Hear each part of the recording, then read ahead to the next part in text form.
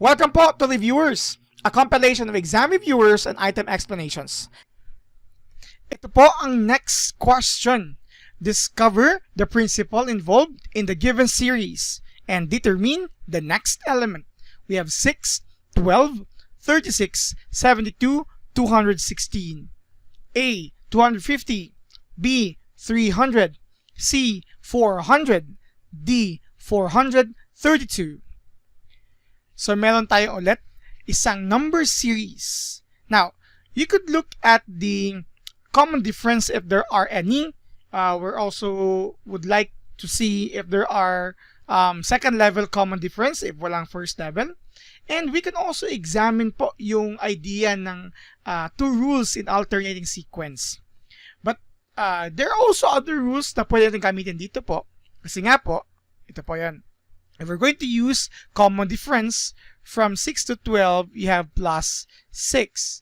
From 12 to 36, you'll have plus 24.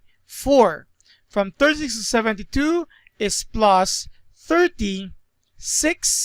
And here, you will have a very large value. If I'm correct, that's 144. And if you're going to examine naman, yung second level na ginawa natin dati, this is actually plus 18. Okay? This is plus 12. And this is also another large value. So let's say that's actually 108. So there's no second level difference po. So ang gagawin natin dito is we're going to examine if there are alternating rules that are possible here. So I can't erase this longer because it would take much time. Let me just do this. Let's examine the alternating rules. So we have here 6 to 36 and 36 to 72. Okay? And we have here 12 to 72. By the way, 36 to 216 pala yun. Okay? So from 6 to 36, you will have plus 30. Dito, you have plus 180. Same pa rin po, di pa rin magkahalin tulad. So, the next idea here, aside from common difference, is the common ratio or common factor. We're talking about multiplication po. That's the rule for this item. Two rules which are also alternating. Kasi kapag gagawin natin dito, 6 times 6, that's 36. Right? And 36 times 6, let's examine that. 36 times 6. Of course, you can use your calculators po. Pag mayroon po kayong calculator dyan. 6, 3. That's 6 times 3 is 18 plus 3, that's 216. So, tama po dito. This is also true from 12 to 72 because that's a factor of 6. Let's check. 72, that's 72. Times, sorry, not 72. Kaya pala nagkamali ko. Teka muna. Let me erase this po. Okay. So, it should be 12. So, 12 times 6. You have 2 times 6 is 12.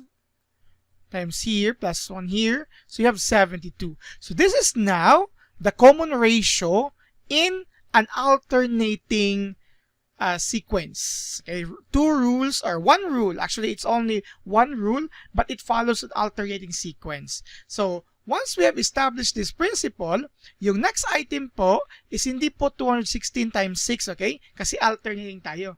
It will be 72 here times 6.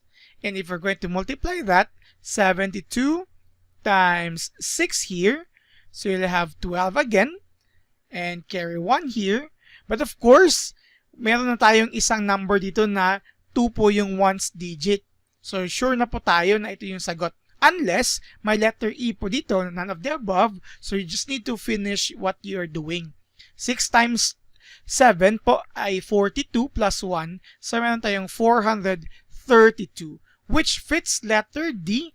And that would be our answer to this number sequence. So, this is different po. Yung number sequence o number series po na ito is different from the previous examples kasi nga po gumagamit na ito ng factor.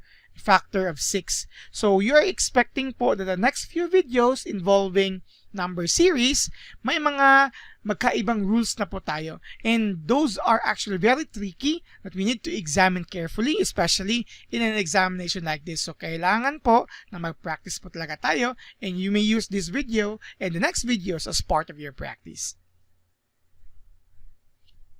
So once again po, ito po yung reviewers. Don't forget po to subscribe on our channel, like our videos, and if kaya naman po, paki-share na lang din po.